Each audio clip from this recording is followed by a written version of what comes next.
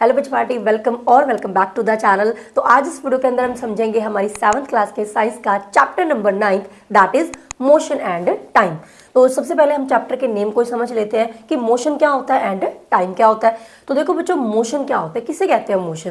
देखो, जब भी कोई चीज़ क्या अपनी जगह से एक जगह से दूसरी जगह चली जाए, यानी कि जिस भी जगह पे वो है अगर वो किसी और जगह पे चली जाए, यानी कि उसकी पोजीशन के अंदर क्या आए, चेंज आए विद टाइम, उसी को हम लोग क्या बोलते हैं, मोशन। तो यहाँ पे मैंने क्या लिखा है, change in position from the one place to the another with time. Time के साथ क्या होता है, जैसे जैसे टाइम बीत रहा है, अगर वो मान लीजिए किसी टाइम पे वो 8 बजे क्या है, कोई भी चीज़ यहाँ थी, अगर वो क्या 8:01 पे भी 8:02 पे, यानी कि टाइम के साथ क्या अगर उसकी जो पोजीशन है वो क्या चेंज हो रही है, तो उसे हम बोलेंगे मोशन। ठीक है, तो यानी कि हम कहेंगे कि वो जो चीज़ है वो क्या है, मोशन में। फॉर एग्जाम्पल, जैसे कि मान लीजिए वॉकिंग, अब मैं क्या आपके सामने चल रही हूँ, ठीक है, तो ये मान लीजिए कि मैंने 1 सेकंड के अंदर क्या मैं यहाँ से यहाँ तक आ गई, तो दैट मीन्स इस टाइम में मैं क्या थी, मोशन के अंदर थी। इसी तरीके से क्या हमारा रनिंग, जब हम भाग रहे होते हैं तो भी हम क्या होते हैं, मोशन में होते हैं। Ball rolling on the ground, कोई भी बॉल है अगर हमने क्या इस तरीके से ग्राउंड पे क्या रोल करके छोड़ दी, तो वो क्या अपनी जगह से दूसरी जगह जा रही है ना विद टाइम, तो वो भी क्या होगी, मोशन में। तो जितनी भी चलती हुई चीज़ है, यानी कि अगर कोई चीज़ चल रही है ना, तो that is in motion. Clear हो गया। अब हम लोग क्या समझ लेते हैं कि मोशन के टाइप्स क्या होते हैं, जो कि आपने 6th क्लास के अंदर भी देखा था, लेकिन एक नज़र उसके ऊपर डाल लेते हैं। सो यहाँ पे हमारे पास होती है 3 types of motion. First one जो हमारे पास है that is the linear motion. देखो, लीनियर का मतलब क्या होता है, लीनियर वर्ड बना लाइन से, लाइन के आगे एआर लगा है ना, तो जब क्या होता है कोई चीज़ क्या मूवमेंट करे, यानी कि कोई चीज़ मोशन में है लेकिन वो बिल्कुल सीधा सीधा जा रही है, तो उस मोशन को हम लोग क्या बोलेंगे, linear motion. So movement of an object, देखो ऑब्जेक्ट क्या होता है, कोई भी चीज़ जिसको हम लोग क्या है, जिसका वेट होता है, जिसको टच कर सकते हैं, जिसको देख सकते हैं, उसको हम ऑब्जेक्ट बोलते हैं। जैसे कि मार्कर एक ऑब्जेक्ट है, हम भी एक ऑब्जेक्ट है, बोर्ड भी एक ऑब्जेक्ट है, कोई भी चीज़। ठीक है, तो movement of an object from the one place to the another in a straight line, क्योंकि मोशन का मीनिंग तो हमने समझ लिया कि मूवमेंट होती है एक जगह से दूसरी जगह।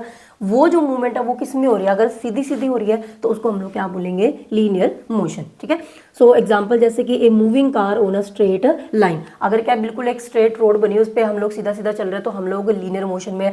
गाड़ी अगर सीधी सीधी जा रही है तो वो भी क्या है, लीनियर मोशन में। ठीक है, उसके बाद हमारे पास है सेकंड टाइप, सर्कुलर मोशन। तो सर्कल का देखो, सर्कुलर वर्ड जो वो क्या सर्कल से बना है, जब क्या कोई चीज़ क्या मूव कर रही है सर्कल के अंदर, इस तरीके से गोल गोल घूम रही है, ठीक है, तो उसको हम लोग क्या बोलेंगे, इन द सर्कुलर मोशन। तो यहाँ पे लिखा है movement of an object from the one place to the another in the circular path, जब वो क्या है सर्कुलर पाथ के अंदर घूम रही है, मोशन के अंदर है, so that is called the circular motion. इसके एग्जांपल क्या है, जैसे कि movement of the hands of a clock, hands यानी कि सुइयां, जो घड़ी होती है, ठीक है, उसके अंदर क्या है, जो सुई होती है, आपने देखा वो क्या है इस तरीके से गोल गोल घूमती है ना, तो उस टाइम पे जो हैंड्स है क्लॉक यानी कि जो सुइयां है वो किस मोशन में है, सर्कुलर मोशन। ठीक है, उसके बाद है हमारी थर्ड टाइप, ऑसिलेटरी मोशन। इसको हम लोग क्या पीरियोडिक मोशन भी बोल सकते हैं, क्या बोल सकते हैं, पीरियोडिक मोशन। ठीक है, सो ऑसिलेटरी मोशन क्या होता है, जब क्या होती है टू एंड फ्रो मूवमेंट होती है किसी ऑब्जेक्ट की। देखो टू एंड फ्रो बच्चों क्या होती है, बिल्कुल इस आगे पीछे इस तरीके से होना। जैसे कि आपने देखा होगा जो हमारी सिलाई मशीन होती है उसकी जो निडल होती है, ठीक है, जब हम लोग उसको चला रहे होते हैं तो निडल जो है वो क्या ऊपर नीचे हो रही है, यानी कि एक फिक्स्ड पॉइंट के अराउंड जब कोई चीज़ क्या उसके आगे पीछे क्या मूव कर रही होती है ना, तो उस टाइप के मोशन को हम लोग क्या बोलते हैं, oscillatory motion. So to and fro का मतलब यानी आगे पीछे। ठीक है, to and fro movement of an object around a fixed point, एक फिक्स्ड पॉइंट है उसके आगे क्या है इस तरीके से मूवमेंट हो रही है, यानी कि या इस तरीके से हो रहा है, किसी भी तरीके से इस तरीके से हो रही है, तो उस मूवमेंट को हम लोग बोलेंगे ऑसिलेटरी मोशन। ठीक है, एग्जांपल इसके क्या है, मोशन ऑफ स्विंग, स्विंग मतलब झूला, आपने देखा ना वो वाला झूला नहीं जो हम लोग मेले में देखते हैं राउंड वाला, ठीक है, वो वाला जो होता है जो जिसके रस्सियां लगा के और बीच में ऐसे फट्टी वगैरह लगाई होती है, तो उस पर हम लोग झूले लेते हैं, तो इस तरीके से जाता है। ठीक है, तो वो क्या हो रहा है, एक फिक्स्ड पॉइंट के अराउंड वो क्या इस तरीके से आगे पीछे जा रहा है, तो इस तरीके के जो मोशन होते हैं ना उसे हम क्या बोलते हैं, ऑसिलेटरी मोशन। नेक्स्ट अब हम लोग क्या बच्चों समझ लेते हैं कि टाइम क्या होता है, क्योंकि चैप्टर का नेम था मोशन एंड टाइम, तो मोशन समझ लिया, अब देख लेते हैं टाइम क्या होता है। तो देखो टाइम को तो वैसे डिटेल में अगर पढ़े तो बहुत कुछ है पढ़ने के लिए, लेकिन 7th क्लास में बस आप इतना समझ लो कि जो टाइम है हमें पता है कि टाइम हमें क्या बताता है, पास्ट प्रेजेंट और फ्यूचर के बारे में बताता है, यानी कि टाइम की हेल्प से हम लोग क्या पास्ट प्रेजेंट और फ्यूचर के बारे में क्या पता लगा सकते हैं। ठीक है, अभी हमारे पास क्या है, जो चैप्टर के अंदर जो इंपॉर्टेंट चीज है that is the units of time.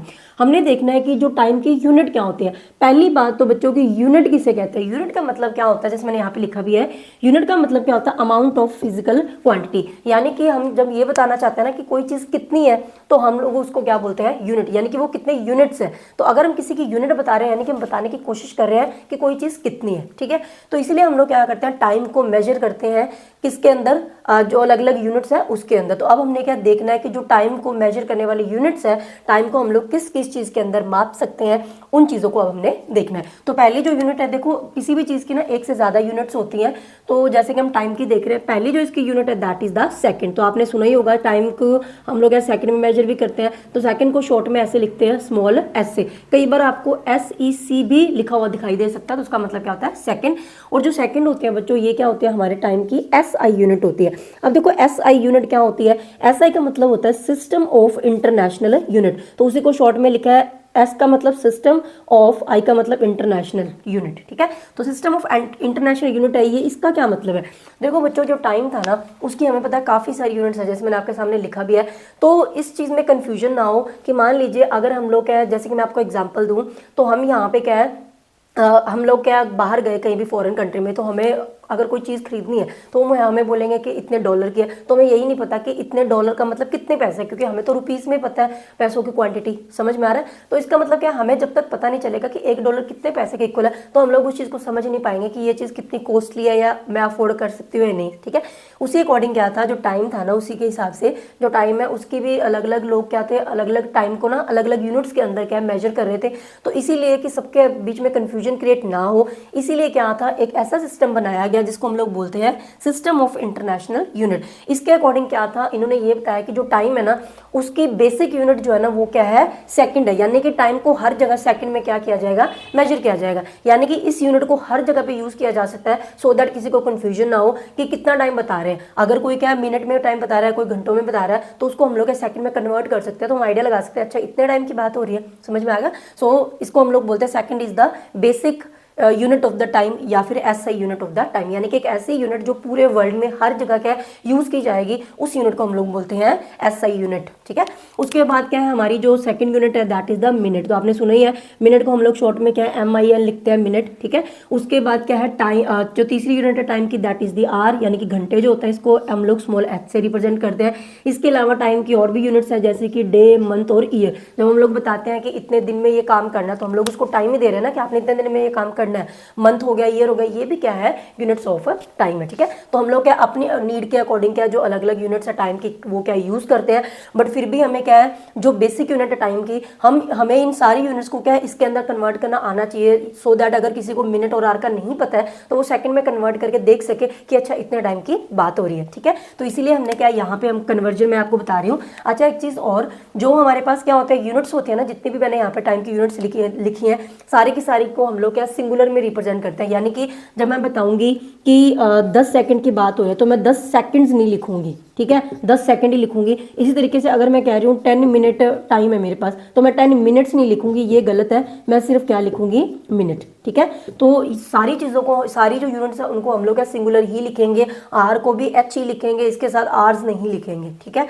उसके बाद हमने क्या कन्वर्जन देखने हैं कि जो 1 मिनट होता है वो कितने सेकंड के इक्वल होता है। तो 1 मिनट बच्चों किसके इक्वल होता है, आपको पता भी होगा, कई बच्चों को इसके इक्वल होता है 60 सेकेंड्स, ठीक है। अब मैंने SEC लिखा, आप S भी लिख सकते हो। तो जो हमारे पास 1 मिनट है that is equal to this 60 second, और हमारे पास 1 आवर यानी कि एक जो घंटा होता है वो किसके इक्वल होता है, 60 मिनट, ठीक है। अभी देखो मैंने यहाँ पे मिनट लिखा, अब हमें इसको किस में कन्वर्ट करना है, सेकंड्स के अंदर कन्वर्ट करना है। तो हम लोग क्या इनडायरेक्टली कन्वर्ट कर सकते हैं। जब भी आपको इस तरीके की कन्वर्जन आती है तो आपने बच्चों कैसे करना है, पहले जो भी उसके आगे नंबर लिखा है ना उसको आप अलग कर लो। इसको मैंने सेपरेट कर लिया, इसको मैं मल्टीप्लाई करके यहाँ पे 1 लिख सकती हूँ ना, क्योंकि देखो बात तो वही है ना, 1 इंटू 60 क्या आएगा, 60 मिनट, आंसर तो यही बनेगा। तो मैंने क्या करा, जो भी इसके आगे यूनिट के आगे जो भी लिखा था ना उसको अलग कर लिया, और जो भी यहाँ पे यूनिट है उसके आगे मैं 1 लगा दूंगी। क्यों, क्योंकि मुझे 1 मिनट की वैल्यू पता है कि 1 मिनट किसके इक्वल होता है, 60 सेकेंड्स के, ठीक है। तो इसलिए हम क्या करेंगे, यहाँ पे 60 इंटू ये जो 1 मिनट है, अभी देखो ये जो 1 मिनट है वो किसके इक्वल होता है, 60 सेकंड के इक्वल होता है। तो मैं इस चीज़ की जगह पे ये लिख सकती हूँ, तो मैंने यहाँ पे किसकी वैल्यू पुट कर दी, 60 सेकंड, ठीक है। इसको मल्टीप्लाई कर लेंगे, जब मल्टीप्लाई करेंगे तो यहाँ पे आ जाएगा 3600 सेकंड्स। तो यानी कि जो 1 घंटा होता है वो किसके इक्वल होता है बच्चों, 3600 सेकंड्स। तो इस तरीके से हम लोग क्या है जो टाइम की बाकी यूनिट्स है उनको क्या कन्वर्ट कर सकते हैं सेकंड्स के अंदर। आगे हमने समझना है slow motion and fast motion के बारे में। तो देखो छोटा सा टॉपिक है हमारी बुक के अंदर कि स्लो मोशन क्या होता है एंड फास्ट मोशन क्या होता है। जैसे कि नाम से क्लियर है, स्लो मोशन यानी कि जब कोई चीज क्या धीरे धीरे चल रही है विद द टाइम, उसे हम क्या कहते हैं, वो किस मोशन में है, स्लो मोशन में है। तो यहाँ पे क्या, फॉर एग्जाम्पल अभी मैंने क्या कहा, कोई भी मैंने यहाँ से मान लीजिए हम यहाँ से चले, ये हमारा क्या स्टार्टिंग पॉइंट है और हमें क्या मार्केट जाना है, तो ये यहाँ तक जाना है, शॉप पे जाना है हमने, ठीक है। तो मान लीजिए यहाँ पे क्या है, ये हमारा घर है जो स्टार्टिंग पॉइंट है और ये एंडिंग पॉइंट है जहाँ तक हमने जाना है। मान लीजिए ये जो डिस्टेंस था ना, ये क्या 1 किलोमीटर है, कितना भी डिस्टेंस है। जब हमारे पास क्या होता है एक सर्टेन डिस्टेंस, यहाँ पे मैंने वर्ड यूज करा है सर्टेन, तो मैंने स्लो मोशन में क्या लिखा है, when an object covers a certain distance in more time. Certain का मतलब क्या होता है, फिक्स्ड, ठीक है। जैसे कि हमने डिस्टेंस फिक्स कर दिया कि यहाँ से लेके यहाँ तक क्या किसी चीज ने चलना है। मान लीजिए मैं चल रही हूँ और मेरी फ्रेंड है, हम दोनों ने क्या है मोशन करना है, अभी हमने दोनों ने चलना है, वॉक करनी है। तो यहाँ से लेके यहाँ तक हमने पहुंचना है। जो पहले पहुंचेगा, ठीक है, मान लीजिए एक पर्सन है जिसने क्या है ये जो डिस्टेंस है वो कितने मिनट में ट्रैवल किया, से 20 मिनट्स के अंदर ट्रैवल कर लिया। और जो दूसरा है उसने कितना करा, 25 मिनट में करा। तो पहले कौन पहुंचा, 20 मिनट वाला। यानी कि जिसने कम टाइम के अंदर उतना ही डिस्टेंस ट्रैवल किया, हम कहेंगे कि वो फास्ट आया, तेज स्पीड से आया, तभी तो वो पहले पहुंचा ना। और जो ज्यादा टाइम लेगा उसी डिस्टेंस को कवर करने में, उसका जो मोशन है वो क्या है, स्लो है, ठीक है। तो इसलिए हम ये डेफिनेशन इसकी लिखेंगे, व्हेन एन ऑब्जेक्ट, कोई भी जो ऑब्जेक्ट है वो क्या कवर करता है सर्टेन डिस्टेंस को इन द मोर टाइम, जो ज्यादा टाइम में उतने डिस्टेंस को कवर कर रहा है वो स्लो मोशन में है। फास्ट मोशन में क्या होगा, when an object covers a certain distance in the less time, जो लेस टाइम के अंदर उसी सर्टेन डिस्टेंस को कवर करेगा, that is called in the fast motion, ठीक है। या फिर आप इसका ऑपोजिट भी कह सकते हो कि अगर आपके पास क्या 5 मिनट है, ठीक है, अगर आपने टाइम फिक्स कर दिया, फिक्स टाइम के अंदर जो बंदा ज्यादा डिस्टेंस कवर करेगा वो क्या है, फास्ट मोशन में है। और वो उतने टाइम में जो क्या कम डिस्टेंस ट्रैवल कर रहा है वो फिर क्या है, स्लो मोशन में, ठीक है। तो इसकी एग्जांपल्स जैसे हमने लिखी है, एग्जांपल क्या है, मोशन ऑफ ए टॉर्टोइज, यानी कि कछुआ जो होता है हमें पता है बहुत स्लो चलता है, तो उसे हम कह सकते हैं स्लो मोशन में है। फास्ट मोशन की अगर बात करें so example of a tiger, tiger हमें पता है कितना फास्ट मोशन मतलब चलता है या भागता है जो भी है। और जो कार है, ठीक है, अगर एक बंदा क्या पैदल चल रहा है और एक क्या गाड़ी में जा रहा है, तो हमें पता है कि जो गाड़ी में जा रहा है उसकी जो मोशन है वो क्या फास्ट है, वो बहुत कम टाइम में ज्यादा डिस्टेंस ट्रैवल कर जाएगा। सो कार जो है वो भी क्या फास्ट मोशन की एग्जांपल है। बट यहाँ पे बच्चों एक चीज मैं आपको क्लियर कर दूं, देखो जब भी हम ये वर्ड यूज करते हैं ना, स्लो एंड फास्ट, छोटा या बड़ा, ऐसी कोई भी चीजें, तो वो तभी उनका मीनिंग निकाल सकते हैं जब हम लोग क्या उसको किसी के साथ कंपेयर कर रहे हैं। मैं सिंपल से एग्जांपल देती हूँ। मैंने यहाँ पे एक लाइन ड्रॉ करी, ठीक है, मैंने आपसे पूछा कि ये क्या छोटी है या बड़ी है, तो आप कैसे बता सकते हो, ये छोटी भी हो सकती है बड़ी भी हो सकती है, क्योंकि जब तक मैं इसको किसी के साथ कंपेयर नहीं करूंगी। मान लीजिए अगर मैं बोलूंगी कि ये लाइन छोटी है, तो अगर मैं इसके साथ एक बड़ी लाइन ड्रॉ कर लूँ, सॉरी पहले मैंने क्या बोला कि अगर मान लीजिए यहाँ पे एक मैंने लाइन ड्रॉ करी, अगर आप बोल रहे हो छोटी है तो मैंने इसके सामने ये लाइन ड्रॉ कर दी, अब ये क्या होगी, बड़ी होगी ना। अगर आप बोल रहे हो ये लाइन बड़ी है तो मैंने यहाँ पे ड्रॉ कर दी, अब ये क्या है, छोटी है। तो यानी कि किसी भी चीज़ का मीनिंग तभी क्लियर होगा ना जब हम लोग उसको किसी के साथ कंपेयर कर रहे हैं, ठीक है।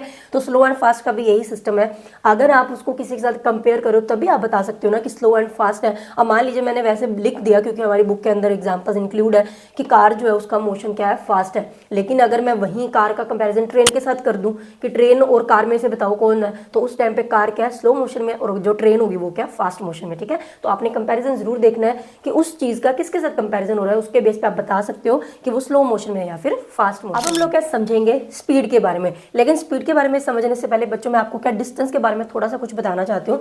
देखो डिस्टेंस बेसिकली होता क्या, डिस्टेंस क्या होता है, लेंथ ही होती है। अगर हमें कोई 2 पॉइंट के बीच में यहाँ से लेके यहाँ तक, अगर मैंने कहा मैंने यहाँ से स्टार्ट किया यहाँ पे खत्म किया, ठीक है, तो यहाँ पे क्या है, अगर इन दोनों पॉइंट्स के बीच में जो लेंथ है ना उसी को हम लोग क्या बोलते हैं, डिस्टेंस, ठीक है। So distance is basically length ही होती है। और डिस्टेंस या फिर लेंथ जो है वो आप तभी बता सकते हो जब आपके पास स्टार्टिंग और एंडिंग पॉइंट है, ठीक है। अब मान लीजिए मैंने यहाँ से स्टार्ट करा और मैंने बताया ही नहीं मैं कि कहाँ पे रुकी, तो मैं कैसे बता सकती हूँ कि मैंने कितना डिस्टेंस ट्रेवल किया। तो जहाँ पे हम रुकेंगे और जहाँ से हमने स्टार्ट किया उसके बीच की जो लेंथ है that is called the distance. तो जैसे हमने टाइम की यूनिट्स देखी थी वैसे ही हमारे पास क्या होता है, जो डिस्टेंस है ना उसको मेजर करने की भी अलग अलग क्या है, यूनिट्स है। तो सबसे पहली जो इसकी यूनिट है that is the metre. Metre को हम लोग क्या स्मॉल m से रिप्रेजेंट करते हैं। और ये क्या है, SI यूनिट है डिस्टेंस की। उसके बाद क्या है, सेंटीमीटर में भी डिस्टेंस को मेजर कर लेते हैं, तो इसको हम रिप्रेजेंट करते हैं CM से। जब हमने क्या करना होता है, बहुत ही स्मॉल जो डिस्टेंस है या लेंथ है मेजर करनी होती है ना, उस टाइम पे हम लोग यूज करते हैं सेंटीमीटर को, ठीक है।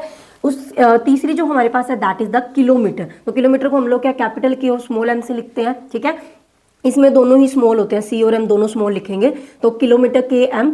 तो ये क्या होती है, लार्जर यूनिट होती है डिस्टेंस की। देखो बच्चों, जब हमने क्या बहुत बड़ा डिस्टेंस क्या मेजर करना है, तो उसके लिए हम लोग यूज करते हैं कौन सी यूनिट है, किलोमीटर की। तो हमारे पास क्या होता है, हर एक चीज की एक से ज्यादा यूनिट्स होती है, तो हम लोग अपने कन्वीनियंस के अकॉर्डिंग की हमें किस टाइप का वहां पे चीज यूज कर रहे हैं, उसके अकॉर्डिंग हम लोग क्या उसकी जो यूनिट है वो यूज कर लेते हैं अपने हिसाब से, ठीक है।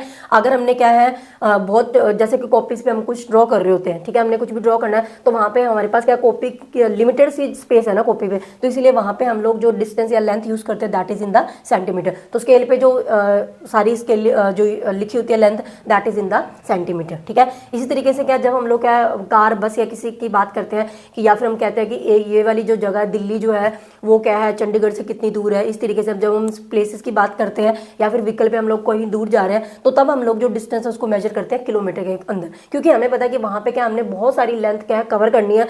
तो अगर इसको सेंटीमीटर और मीटर में बताने लग गए फिर तो हम बहुत बड़ी वैल्यू बन जाएगी, तो इसलिए वहां पे यूज करेंगे किलोमीटर को। समझ आ गया इतना। तो अब यहाँ पे हमारे पास क्या है, हमें स्पीड का जो कॉन्सेप्ट है वो समझना है। तो देखो बच्चों, अभी जैसे मैंने आपको स्लो एंड फास्ट मोशन के बारे में भी समझाया था, तो देखो जब भी हम लोग क्या स्लो एंड फास्ट मोशन के बारे में जब बताना हो, तो उसके लिए मैंने आपको बताया था कि जब कोई चीज़ एक सर्टेन डिस्टेंस, जो कोई भी ऑब्जेक्ट सर्टेन डिस्टेंस को कम टाइम में ट्रैवल करेगा, ज़्यादा टाइम में ट्रैवल करेगा, उसके अकॉर्डिंग हम बता पाएंगे कि कोई चीज़ स्लो है या फिर फास्ट है। लेकिन उसके लिए हमें क्या पूरा वेट करना पड़ेगा ना। मान लीजिए यहाँ से लेके यहाँ तक का जो डिस्टेंस है वो कितना 10 किलोमीटर है, ठीक है। एक हमारे पास है कार और एक हमारे पास है बस, दोनों ने यहाँ से चलना शुरू किया और दोनों ने यहाँ पे पहुंचना है। तो अगर हम पूरा वेट करेंगे कि कब ये 10 किलोमीटर का डिस्टेंस ट्रैवल करके दोनों चीजें यहाँ पे पहुंचेगी और दोनों का हम टाइम नोट करेंगे कि इसको कितना टाइम लगा, इसको कितना टाइम लगा। फॉर एग्जाम्पल कार को क्या लगा, 1 घंटा लगा, बस जो थी उसको सपोज करो कि कितने मिनट लगे, 45 मिनट लगे। तो तब मैं बता पाऊंगी कि जो बस की स्पीड थी वो ज्यादा थी, ये फास्ट मोशन में था, या कार जो थी वो क्या स्लो मोशन में था, या इसका ऑपोजिट भी हो सकता है। लेकिन उसके लिए हमें पूरा वेट करना पड़ेगा ना। अब इतना हमें वेट ना करना पड़े, हम पहले ही बता पाए कि कौन सी चीज फास्ट है और कौन सी स्लो है, उसके लिए हमारे पास कॉन्सेप्ट आया है स्पीड। तो स्पीड में हम लोग क्या करते हैं, एक यूनिट के पीछे हम देखते हैं कि कितना डिस्टेंस ट्रैवल किया। तो मैंने यहाँ पे क्या लिखा है, distance covered by an object in a unit time. तो यहाँ पे ये चीज बहुत इंपॉर्टेंट है, यूनिट टाइम के अंदर जब कोई ऑब्जेक्ट कितना डिस्टेंस ट्रैवल कर रहा है उसी को बच्चों हम लोग क्या बोलते हैं, स्पीड ऑफ द ऑब्जेक्ट। अब यूनिट का मतलब क्या होता है, देखो यूनिट जो वर्ड है ना इसका मतलब क्या होता है, एक, यानी कि सिंगल चीज। जब हम लोग क्या टाइम की एक यूनिट के अंदर जो भी आप यूनिट ले रहे हो टाइम की, उसके एक के अंदर आप देख लो कि एक यूनिट के अंदर कोई चीज कितना डिस्टेंस ट्रैवल करेगी, उसके अकॉर्डिंग हम बता पाएंगे कि कोई चीज स्लो मोशन में है या फिर फास्ट मोशन में। जैसे कि फॉर एग्जांपल यहाँ पे मैंने 10 किलोमीटर की एग्जांपल ली थी, तो जो टाइम की यूनिट कौन सी यूज करी हमने, किलोमीटर। तो 10 किलोमीटर की बजाय हम ये देख लेंगे कि 1 किलोमीटर, तो ये यूनिट टाइम हो गया। ये तो इसकी यूनिट है, यहाँ पे हमने एक उसका ले लिया, जितना भी आप ले रहे हो। तो अगर मैं मिनट में ले रही हूँ 60 मिनट है, तो मैं 1 मिनट के अंदर देखूंगी, ठीक है। तो यहाँ पे हम देखेंगे कि 1 किलोमीटर के अंदर कार और बस दोनों कितना कितना डिस्टेंस ट्रैवल करते हैं, उसके अकॉर्डिंग हम इजिली बता पाएंगे कि कौन सी फास्ट है और कौन सी स्लो है। तो हमें पूरा वेट नहीं करना पड़ेगा, ठीक है। तो जैसे कि अगर मैं बोलूँ कि जो कार है वो क्या है, 1 किलोमीटर के अंदर कितना डिस्टेंस ट्रैवल कर रही है, 1 किलोमीटर के अंदर, सॉरी, कितना टाइम ले रही है, यहाँ पे उल्टा बोल दिया मैंने, डिस्टेंस फिक्स कर लिया ना हमने, 1 किलोमीटर के लिए कितना टाइम ले रही है, सपोज करो ये ले रही है हमारा 5 मिनट्स ले रही है, और जो बस है वो कितना ले रही है, 7 मिनट्स ले रही है। तो हम बता सकते हैं ना कि इस टाइम पे कार जो है वो क्या फास्ट मूव कर रही होगी, ठीक है। तो वहीं से हमारा कॉन्सेप्ट आता है स्पीड का। क्लियर हो गया। तो यहाँ पे हमारे पास क्या, दैट मीन्स बच्चों हम फॉर्मूला बना सकते हैं कि स्पीड किसे कहते हैं, कि कोई भी ऑब्जेक्ट है कितने टाइम के अंदर कितना डिस्टेंस ट्रेवल कर रहा है, उसको हम लोग क्या बोलते हैं, स्पीड, ठीक है। सो स्पीड का फॉर्मूला क्या बना, डिस्टेंस अपॉन टाइम। ये हमने लिखा था ना, distance covered by an object in a unit time. कितना डिस्टेंस ट्रैवल कर रहा है कितने टाइम के अंदर, उसको हम लोग क्या बोलते हैं, स्पीड। तो यहाँ पे इसका फॉर्मूला आ गया स्पीड का। ये आपने क्या अच्छे से याद करना है, क्योंकि ये अभी बार बार क्या है, यूज होने वाला है, ठीक है। उसके बाद क्या बच्चों, अगर हम स्पीड की यूनिट देखें, जैसे हमने टाइम और डिस्टेंस की यूनिट देखी, वैसे ही हमने क्या अभी स्पीड की यूनिट निकालनी है कि स्पीड की यूनिट क्या होती है। तो देखो जब भी आपको किसी चीज की यूनिट निकालनी हो ना, तो आपको बेसिक चीजों की यूनिट पता होना चाहिए। जैसे टाइम की पता होना चाहिए यूनिट, डिस्टेंस की अगर यूनिट यूनिट पता है तो इसके फॉर्मूले के अंदर जो जो चीज़ें यूज हो रही है ना, अगर आपको उसके यूनिट्स पता है तो आप इजीली किसी भी फॉर्मूले से क्या है उस चीज़ की यूनिट क्या निकाल सकते हो। जैसे कि स्पीड है, स्पीड का फॉर्मूला मुझे पता क्या है, डिस्टेंस अपॉन टाइम। तो यहाँ पे डिस्टेंस की यूनिट क्या है, जो जो यूनिट है ना वो उसके सामने लिख दो, फॉर्मूला एज इट इज रहेगा। स्पीड की जगह मैंने स्पीड लिख दिया क्योंकि इसकी यूनिट मुझे पता करनी है। डिस्टेंस की यूनिट है तो देखो सबसे पहले हम लोग क्या एसआई यूनिट ही लिखते हैं किसी चीज की। तो डिस्टेंस की मैंने आपको बताया कि जो मीटर है वो क्या एसआई यूनिट है। सो मीटर क्या है, एसआई यूनिट है, तो मैं यहाँ पे लिख दूंगी मीटर। क्या लिखा मैंने, मीटर, ठीक है। और जो टाइम है, टाइम की जो एसआई यूनिट है मैंने आपको बताया था क्या होती है, सेकंड। ये भी मैंने आपको पीछे बताया था। तो यानी कि बच्चों इसकी जो यूनिट है वो क्या बन गई, मीटर डिवाइडेड बाय सेकंड, ठीक है। मैं ब्लू मार्कर ले लेती हूँ यहाँ पे। तो इसकी यूनिट मैंने क्या बनाई, मीटर पर सेकंड। तो स्पीड की यूनिट बन गई मीटर पर सेकंड। इसको हम लोग ना इस तरीके से भी रिप्रेजेंट कर सकते हैं, मीटर और ऐसे टेढ़ी लाइन लगा के यहाँ पे सेकंड। तो इसका मतलब भी वही है, m डिवाइडेड बाय s। ये और ये चीज सेम ही है, कई बार आपको ऐसे लिखी हुई आ जाती है एग्जाम में, तो आपको पता होना चाहिए। और इसको बच्चों हम लोग बोलते कैसे, इसको हम बोलते हैं मीटर पर सेकंड। क्या बोलेंगे, मीटर पर सेकंड। ये जो लाइन होती है ना इसको हम लोग क्या बोलते हैं, पर क्या यानी उसके पीछे, यानी कि एक सेकंड के पीछे कोई चीज कितना डिस्टेंस ट्रेवल करेगी, कितने मीटर डिस्टेंस ट्रेवल कर रही है, that is called the speed. Clear हो गया। उसके बाद हमारे पास क्या है, तो स्पीड की जो यूनिट होगी, दैट मीन स्पीड की जो यूनिट है वो क्या बनी, मीटर पर सेकंड। इसके अलावा हम लोग क्या है स्पीड की एक और यूनिट भी निकाल सकते हैं। मोस्टली हम लोग क्या करते हैं, जो हमारी स्पीड होती है ना, क्योंकि देखो बच्चों हम लोग क्या स्पीड किसके अंदर मेजर करते हैं, जब हम लोग पैदल जा रहे होते हैं तब तो हम पूछते ही नहीं है कि हमारी स्पीड कितनी है। हम लोग स्पीड का कॉन्सेप्ट तभी यूज करते हैं जब हम बहुत ज़्यादा डिस्टेंस ट्रैवल करें, जैसे कि हम गाड़ी पे हैं, बस पे है, ट्रेन पे है, या इस तरीके से हम लोग क्या जब बहुत ज़्यादा डिस्टेंस ट्रैवल करना होता है तो उस टाइम पे हम लोग स्पीड जो है वो वर्ड यूज करते हैं। हम देखते हैं कि कितनी स्पीड है, ठीक है। तो इसलिए हमने क्या है यहाँ पे बड़ी बड़ी यूनिट्स लेंगे दोनों की। तो जो हमारा डिस्टेंस है, मैंने बताया डिस्टेंस की जो सबसे बड़ी यूनिट है वो हमारी कौन सी है यहाँ पे, किलोमीटर। जब हम बहुत ज़्यादा डिस्टेंस ट्रैवल करेंगे we will use the kilometre, ठीक है। तो यहाँ पे क्या है डिस्टेंस की, पहले मैंने ऐसा यूनिट ली थी दोनों की, अभी मैं क्या बड़ी यूनिट ले रही हूँ। डिस्टेंस की जो बड़ी यूनिट है वो कौन सी है मेरी, किलोमीटर, ठीक है, डिवाइडेड बाय टाइम। टाइम की जो बड़ी यूनिट है मैंने आपको बताया था क्या होती है, आर, घंटा, ठीक है। तो इसकी जो यूनिट बन गई वो क्या बनी, किलोमीटर पर आर। तो इसको ऐसे लिख सकते हैं, तो इसको भी ऐसे बोलेंगे किलोमीटर, इस लाइन को क्या बोलते हैं, पर किलोमीटर पर आर, ठीक है। यानी कि कोई चीज एक घंटे में कितना डिस्टेंस, किलोमीटर डिस्टेंस ट्रैवल करे उसको स्पीड बोलेंगे। तो फॉर एग्जांपल अगर मैंने लिखा कि कोई कार है उसकी जो स्पीड है वो कितनी है, 60 किलोमीटर पर आर, मैंने ये लिखा है। तो यानी कि बच्चों इसका कहने का मतलब क्या है, इसका क्या मीनिंग बना कि अगर हम कह रहे हैं किसी की स्पीड 60 किलोमीटर पर आर है, यानी कि वो कार जो है वो एक घंटे के अंदर क्या है 60 किलोमीटर का जो डिस्टेंस है ना वो कवर कर रही है, उसका मतलब क्या है, उसकी ये स्पीड है, ठीक है। अगर हमें 40 किलोमीटर पर आर बोल रहे हैं यानी कि एक घंटे के पीछे वो कितना डिस्टेंस ट्रेवल करेगी, 40। तो इस तरीके से हमने क्या है इसका जो मीनिंग है वो क्या समझना है, ठीक है। उसके बाद हमारे पास क्या है, एक और कॉन्सेप्ट है जो हमारी बुक के अंदर दिया हुआ है, एवरेज स्पीड का है। अब एवरेज स्पीड का कॉन्सेप्ट का मतलब क्या है बच्चों, देखो मैं यहाँ पे समझाने की कोशिश कर रही हूँ। यहाँ पे मान लीजिए हमने क्या यहाँ से चलना शुरू किया, ये हमारा स्टार्टिंग पॉइंट है और हम यहाँ तक गए, ये हमारा एंडिंग पॉइंट है, ठीक है। अब मैंने क्या करा, जब मैं गाड़ी पे थी, सपोज करो मैं कार पे हूँ, तो यहाँ तक मैंने क्या किया, यहाँ तक जो मेरी स्पीड थी ना वो कितनी थी, 20 किलोमीटर पर आर। यानी कि आधा रास्ता तो मैंने क्या 20 किलोमीटर पर आर, यानी कि आधे रास्ते तक तो मैं क्या एक घंटे में मैंने कितना डिस्टेंस ट्रेवल किया, 20 किलोमीटर। लेकिन नेक्स्ट मुझे लग रहा कि मैं लेट हो रही हूँ तो मैंने स्पीड क्या इंक्रीज कर दी, तो यहाँ पे मेरी हो गई 25 किलोमीटर पर आर। अब यहाँ से लेके यहाँ तक मैं 25 किलोमीटर पर आर की स्पीड से गई, यानी कि एक घंटे के अंदर मैंने आगे कितना डिस्टेंस ट्रैवल किया, 25, जबकि पहले मैंने एक घंटे के अंदर कितना डिस्टेंस ट्रैवल किया था, 20 किलोमीटर। तो यानी कि अगर मैं क्या यहाँ पे पहुंची, यहाँ पे मुझे मेरी फ्रेंड मिल गई और उसने मुझे पूछा कि तुम कौन सी स्पीड से, कितनी स्पीड से आई थी, कि तुम्हें कितना टाइम लगा, ठीक है। तो वो आइडिया लगाया कि मैं बता दूं कि मुझे आने में 30 मिनट्स लगे, तो वो पूछेगी किस स्पीड से आई, ठीक है। तो मैं यहाँ पे उसको क्या आंसर दूंगी, क्योंकि मेरी जो स्पीड है वो तो सेम है ही नहीं, यहाँ पे 20 किलोमीटर थी, यहाँ पे 25 किलोमीटर है, यानी कि मैं अलग अलग स्पीड से आ रही थी। पूरा रास्ता जो है मैंने क्या डिफरेंट स्पीड से कवर किया, तो एंड में हम कितनी स्पीड बताएंगे, ठीक है।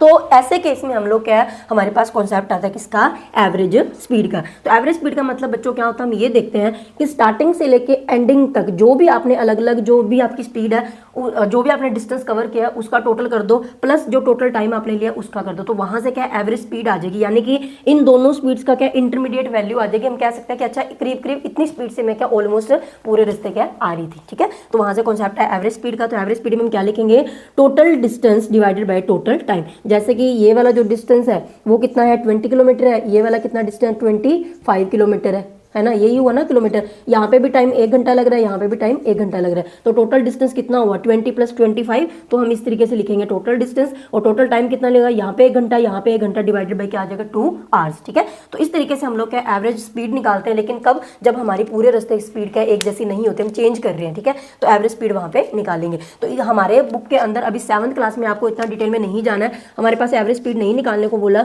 हमारे पास 7th क्लास में हम लोग क्या कंसीडर कर रहे हैं कि जो हमारी स्पीड है ना वो किसके इक्वल है, एवरेज स्पीड के इक्वल है। यानी कि ऑलमोस्ट हम यही मान के चल रहे हैं कि हम लोग क्या है एक ही स्पीड से क्या है जो डिस्टेंस है वो क्या ट्रैवल कर रहे हैं। ठीक है, तो ये स्पेशली हमारी बुक में लिखा है कि इस चैप्टर के अंदर हम लोग क्या स्पीड को एवरेज स्पीड के इक्वल ही लेके चलेंगे। तो अगर मैं वर्ड यूज करूँ एवरेज स्पीड, तो उसका मतलब भी क्या स्पीड ही है। तो जैसे कि अभी हमने क्या स्पीड के बारे में पढ़ा, तो स्पीड के बेस के ऊपर हम लोग क्या बच्चों जो मोशन है ना उसको फिर से क्या 2 कैटेगरीज के अंदर डिवाइड कर सकते हैं, यानी कि types of motion based on the speed. तो कौन कौन से हो सकते हैं, यूनिफॉर्म मोशन हो सकता है एंड नॉन यूनिफॉर्म मोशन हो सकता है। यूनिफॉर्म का मतलब क्या होता है, देखो बच्चों ये जो वर्ड है ना यूनिफॉर्म, इसका मतलब ही क्या होता है, सेम। ठीक है, हमें स्कूल में कहते हैं ना कि यूनिफॉर्म पहन के आना, तो यूनिफॉर्म का मतलब क्या होता है कि सभी बच्चों के क्या एक जैसे कपड़े पहने हुए हैं, तो इसीलिए उसका उन कपड़ों का जो नेम है वो यूनिफॉर्म रखा है। तो यूनिफॉर्म वर्ड का मीनिंग ही क्या होता है, सेम। तो यूनिफॉर्म मोशन यानी कि सेम मोशन, यानी कि जब क्या होता है कोई भी जो ऑब्जेक्ट है वो क्या है मूव करता है स्ट्रेट लाइन के अंदर विद द सेम स्पीड। अगर कोई ऑब्जेक्ट क्या है, मान लीजिए यहाँ से स्ट्रेट लाइन के अंदर क्या कोई ऑब्जेक्ट ट्रेवल कर रहा है, ठीक है, अगर उसकी स्पीड पूरे रास्ते क्या है सेम है, तो उस मोशन को हम लोग क्या बोलेंगे, यूनिफॉर्म मोशन। यानी कि वो ऑब्जेक्ट क्या कर रहा है, यूनिफॉर्म मोशन कर रहा है। जैसे कि अगर कोई गाड़ी चल रही है, ठीक है, वो क्या 40 किलोमीटर/आवर की स्पीड से क्या पूरे रास्ते गई, जितनी भी दूर उसने जाना है, तो उस टाइम पे उस कार का जो मोशन है वो कौन सा होगा, यूनिफॉर्म मोशन। ठीक है, हमारी बुक के अंदर ना यहाँ पे सेम वर्ड की जगह पे आप कांस्टेंट वर्ड भी यूज कर सकते हो। कांस्टेंट, कांस्टेंट का मतलब बच्चों क्या होता है, फिक्स। ठीक है, कांस्टेंट का मतलब क्या होता है, फिक्स्ड, यानी कि जो चीज चेंज ना हो उसको हम कांस्टेंट कहते हैं। ठीक है, जैसे कि अगर मैंने नंबर लिख दिया 5, तो अगर मैंने कह दिया कि किसी की वैल्यू 5 है, ठीक है, तो ये नंबर अब कांस्टेंट होगा, ये 5 की वैल्यू 5 ही रहेगी, ये अपने आप चेंज नहीं होगी। ठीक है, तो इसका मतलब 5 ही है ना, तो ये कांस्टेंट है। ठीक है, तो कांस्टेंट स्पीड कह दो, सेम स्पीड कह दो, सेम ही बात है।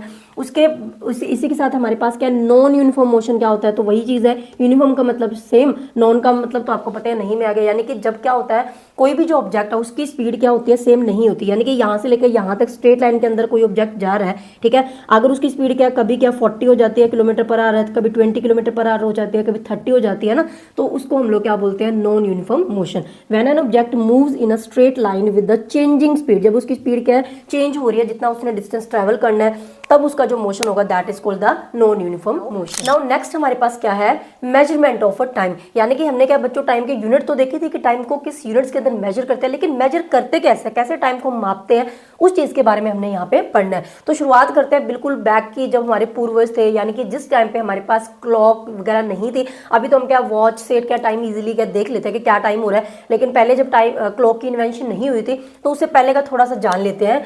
तो इन एंशिएंट टाइम में क्या था, पुराने टाइम के अंदर, यानी कि जब वो हमारा बहुत पुराना टाइम चला था, उस टाइम पे क्या था, क्योंकि क्लॉक और वॉचेस तो थी नहीं, ये तो बनाई नहीं हुई थी, तो इसीलिए क्या था, लोग कैसे फिर टाइम का पता लगाते थे, वो लगाते थे पता based upon the events which repeats themself after fixed interval of time.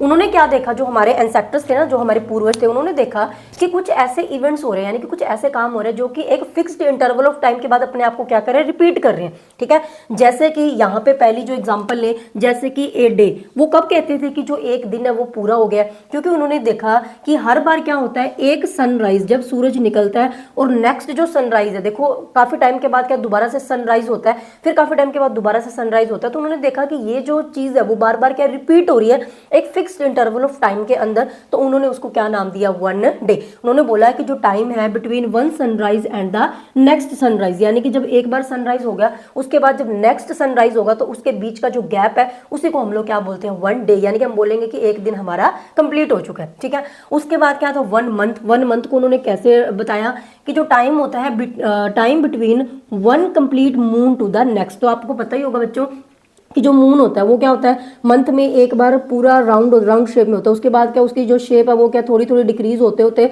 बिल्कुल ऐसे पतली सी हो जाती है ना, तो ऐसे इस तरीके से मतलब उसकी शेप चेंज होती है। तो उन्होंने क्या देखा कि जब जिस दिन क्या एक कंप्लीट मून है, यानी कि पूरा राउंड शेप में, नेक्स्ट वो कब ऐसे कंप्लीट राउंड शेप में होगा, तो इन दोनों के बीच का जो टाइम गैप है उसी को उन्होंने क्या बोला था, वन मंथ। ठीक है, उसके बाद हमारे पास क्या है, वन ईयर, यानी कि एक साल कब बोलेंगे हो गया। तो यहाँ पे क्या होता है, जो अर्थ है, ठीक है, हमारा जो सन है, हमारी जो अर्थ है ना वो क्या करते हैं, सन के अराउंड इस तरीके से क्या चक्कर लगाती रहती है। तो जब हमारी जो अर्थ है वो क्या सन के अराउंड एक जो रेवोल्यूशन है, यहाँ पे मैंने वर्ड यूज किया है, पूरी स्टेटमेंट पढ़ लेते हैं। Time taken by the earth to complete one revolution of a sun. Revolution का मतलब क्या होता है, इसके अराउंड जो वो चक्कर काट रहे हैं ना वो चीज, ठीक है।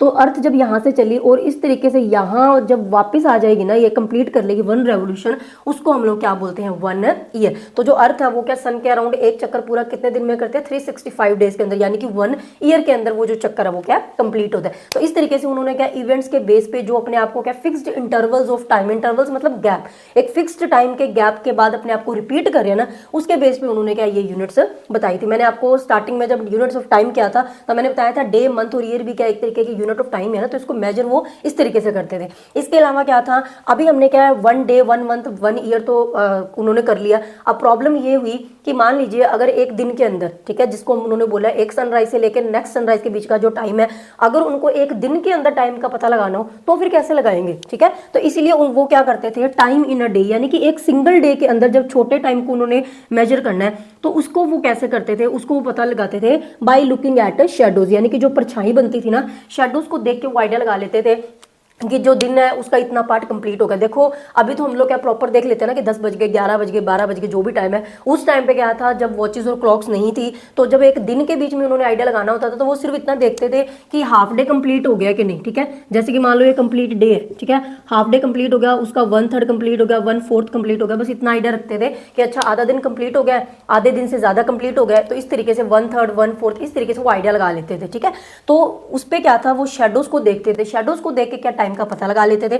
इसके बेस पे क्या कुछ डिवाइस भी बनाए गए थे, जैसे कि हमारे पास क्या सन डायल। अब घरों में तो हर कोई अपने घर में क्या आइडिया लगा ही लेता था किसी भी चीज की जो शेडो बन रही है कि यहाँ तक शेडो आ गई तो इतना दिन जो है कंप्लीट हो गया। इसके अलावा क्या था, दिल्ली के अंदर सन डायल भी बनाया हुआ है एट जंतर मंतर। जंतर मंतर जो दिल्ली के अंदर है वहां पे क्या सन डायल बना होगा, इस तरीके से वो दिखता है। मे भी अगर आप में से कोई गया होगा तो आपने देखा होगा, तो वो क्या पुराने टाइम में बनाया था सो दैट लोग क्या टाइम का आइडिया ले सके। अगर अपने घर में उन्हें शेडो से नहीं पता चल रहा तो बहुत अच्छी चीज उन्होंने बनाई थी वहां पे, तो उससे क्या है जो दिन है वो कितना कंप्लीट हो गया उसका उनको आइडिया पता लग जाता था। इसके अलावा क्या और भी कुछ डिवाइसेस यूज करे जाते थे पहले एक दिन के अंदर टाइम का पता लगाने के लिए, जैसे कि सैंड क्लॉक। अब सैंड क्लॉक आपने देखा होगा, यहाँ पे आप देख सकते हो, मैं यहाँ पे बना भी देती हूँ, इस तरीके से कुछ होता था वो, है ना इस तरीके से। तो ये क्या है, सैंड क्लॉक होती थी। इसमें क्या किया जाता था, ऊपर वाले पोर्शन में क्या सैंड फिल कर दी जाती थी, यानी कि जो रेत है उसको कंप्लीटली फिल कर दिया जाता था, ठीक है। और फिर वो जो रेत है वो धीरे धीरे क्या नीचे आनी शुरू होगी। तो जब ये पूरी जो रेत है सैंड नीचे क्या ट्रांसफर हो जाएगी तो उस अकॉर्डिंग वो क्या है टाइम का पता लगाते थे। मान लीजिए अब तो हम क्या करते हैं, हम कहते हैं कि हम 1 घंटा हमने पढ़ाई करनी है, तो हम बोलते हैं कि मैंने 1 घंटा पढ़ना है, तो मैं तो घड़ी में अपना टाइम देख रही हूँ वॉच के अंदर, मैंने मुझे पता चल गया मुझे 1 घंटे पढ़ना है। अब सपोज करो उस टाइम पे उन्होंने डिसाइड करना होता कि मैंने 1 घंटा पढ़ना, तो उनके पास तो वॉच नहीं थी, तो वो क्या करते थे, ये सैंड क्लॉक को रख देंगे और इसको स्टार्ट कर देंगे। तो नीचे क्या अपने आप जैसे ही सैंड गिरने लगेगी वो तब तक पढ़ेंगे जब तक क्या नीचे जो पूरी सैंड है ऊपर वाला खाली नहीं हो जाता, नीचे वाला कंप्लीटली फिल्ड नहीं हो जाता। मैं एग्जांपल दे रही हूँ, कोई भी काम कर सकते हैं ऐसे, ठीक है। और ये जो सैंड क्लॉक है ना, इसको हम लोग क्या आर ग्लास भी कहते हैं। क्यों कहते हैं बच्चों, क्योंकि इसमें जो सैंड है ना वो इतनी फिल की जाती थी कि इस पूरी सैंड को यहाँ नीचे ट्रांसफर होने में कितना टाइम लगता था, 1 आवर लगता था, 1 घंटा लगता था। इसीलिए सैंड क्लॉक को क्या बोला जाता है, आर ग्लास, ठीक है। तो इसके जो सेकंड नेम है इसी के बेस पे पढ़ा है, क्योंकि ये 1 घंटे का टाइम लेता है इसको यहाँ से ट्रांसफर करने में। मान लीजिए जब यहाँ पे सैंड ट्रांसफर होगी फिर इसको ऑपोजिट कर देंगे, क्योंकि ये खाली हो गया ना, फिर इसको उल्टा कर देंगे, फिर यहाँ से इसमें ट्रांसफर हो जाएगी, ठीक है। तो इस तरीके से यूज करते थे। और तीसरा जो डिवाइस यूज किया जाता था that is the water clock. तो वाटर क्लॉक में क्या था, एक कोई भी बर्तन ले लेते थे, ठीक है, उसमें पानी फिल कर दिया, फिर उसके बाद क्या छोटा सा कोई और बर्तन लेना, कोई भी चीज ले लो आप, ठीक है, उसके बीच में क्या किया जाता था, छोटा सा ना होल कर दिया जाता था यहाँ पे, जैसे कि मैं यहाँ कर रही हूँ, ठीक है। इस तरीके से मान लीजिए यहाँ पे एक होल कर दिया, तो जब इसको इसके अंदर रखेंगे तो इस होल से जो पानी है ना वो इसमें क्या ट्रांसफर होना शुरू हो जाता था। और हमें बताया कि जब खाली चीज के अंदर पानी भरेगा तो इसका वेट बढ़ेगा, उसकी वजह से ये जो बर्तन है वो क्या पानी में नीचे नीचे आता जाएगा। तो यानी कि जब कितने टाइम के अंदर ये कंप्लीटली फिल्ड हो जाता है, उसके टाइम वो टाइम पीरियड वो क्या कर देते थे, फिक्स कर देते थे। मतलब किसी भी चीज का टाइम उन्होंने फिक्स करना तो वो देख लेते कि चलो वाटर क्लॉक लगा देते हैं, जब तक ये कंप्लीटली बर्तन जो फिल होकर नीचे यहाँ पे नहीं बैठ जाता तब तक आपने ये काम करना है। तो उसके अकॉर्डिंग वो क्या टाइम का जो आइडिया वो क्या लेते हैं। नेक्स्ट बच्चों आगे क्या ये देखा गया कि चलो दिन के क्या है हाफ पार्ट या 1/3 पार्ट, इनके बारे में तो फिर भी हमें पता चल चल गया। लेकिन अगर हमें क्या, अगर हमने बोल दिया कि डे का 1/3 पार्ट है, ठीक है, 1/3 में से भी हमने क्या है बिल्कुल छोटे छोटे इंटरवल्स का पता लगाना हो टाइम का, तो फिर कैसे लगाएंगे? तो इसीलिए यहाँ पे क्या मैंने लिखा है, measurement of shorter intervals of time, यानी कि बिल्कुल छोटे छोटे इंटरवल्स जो होते हैं ना टाइम के, थोड़ा थोड़ा टाइम का जो गैप है उसको पता लगाने के लिए फिर क्या इन्वेंशन हुई। तो उसके लिए क्या कुछ डिवाइसेस बनाए गए, जैसे कि वॉचेज हो गया, ठीक है, क्लॉक्स हो गया, डिजिटल वॉचेज, ये बाद में आई थी, पहले ये वाली बनी थी। तो वॉचेज जो हम लोग क्या है यहाँ पे रिस्ट पे जो बांधते हैं that is the watch, clock जो वॉल पे लगती है, एंड डिजिटल वॉच कौन सी होता है, इस तरीके की जिसके ऊपर क्या है, जिसमें सुइयां नहीं होती और जिसमें सिर्फ क्या होते हैं नंबर्स आते हैं, तो उसको हम लोग डिजिटल वॉचेस बोलते हैं, ठीक है। तो इस पे तो बिल्कुल ही एक्यूरेट पता चल जाता है किसी, और इसमें क्या टाइम देखना बहुत ईजी होता है, सबको पता है क्योंकि रिटर्न में आता है तो हर कोई देख सकता है। तो यहाँ पे बच्चों क्या होता है, ये जो सारी हम लोग क्या अभी जो वॉचेज यूज करते हैं, तो इन्हीं की इन्वेंशन इसीलिए हुई थी कि अगर आपने बिल्कुल बिल्कुल छोटे टाइम के बारे में पता लगाना है तो इनकी हेल्प से आप किसी भी टाइम के बारे में क्या इजीली पता लगा सकते हो। तो ये जो तीनों वॉचेज है, ये अब देखो वॉचेज हो गया, क्लॉक्स हो गया, ये काम किसके ऊपर करते हैं, कौन से प्रिंसिपल पे करते हैं?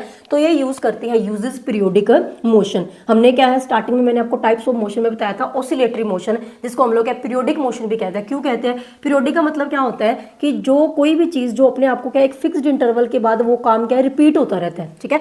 तो पीरियोडिक, जैसे हमारे स्कूल में पीरियड्स लगते हैं ना, तो 40 मिनट या 30 मिनट के होता है, तो हर 30 मिनट के बाद एक बेल होती है, फिर से वही चीज रिपीट होती है, समझ लो। तो उसी तरीके से हमारे पास क्या होता है, ये जो तीनों चीजें वो क्या यूज करती है पीरियोडिक मोशन को, यानी कि इसके अंदर क्या होता है, क्लॉक के अंदर आपको पता है कि जो हमारी क्या है मिनटों वाली जो सुई होती है वो क्या है बिल्कुल 60 मिनट के बाद क्या फिर से अपना सर्कल जो है कंप्लीट करना शुरू कर देते हैं, यानी कि वो चीजें रिपीट हो रही है, ठीक है। तो इसीलिए ये पीरियोडिक मोशन को यूज करते हैं। इसके एक बेस्ट एग्जांपल ऐसे एक ऐसा डिवाइस जो कि क्या पीरियोडिक मोशन के ऊपर बेस्ड है, जो कि बहुत ज्यादा यूज किया जाता है, that is the simple pendulum. तो इसीलिए मैंने यहाँ पे एग्जांपल लिखी है, एग्जांपल क्या है, सिंपल पेंडुलम, ठीक है। तो अभी उस सिंपल पेंडुलम के बारे में हम समझेंगे। तो मैं आपको यहाँ पे शो कर रही हूँ, ये मैंने बनाया है टेम्परेरीली, ठीक है।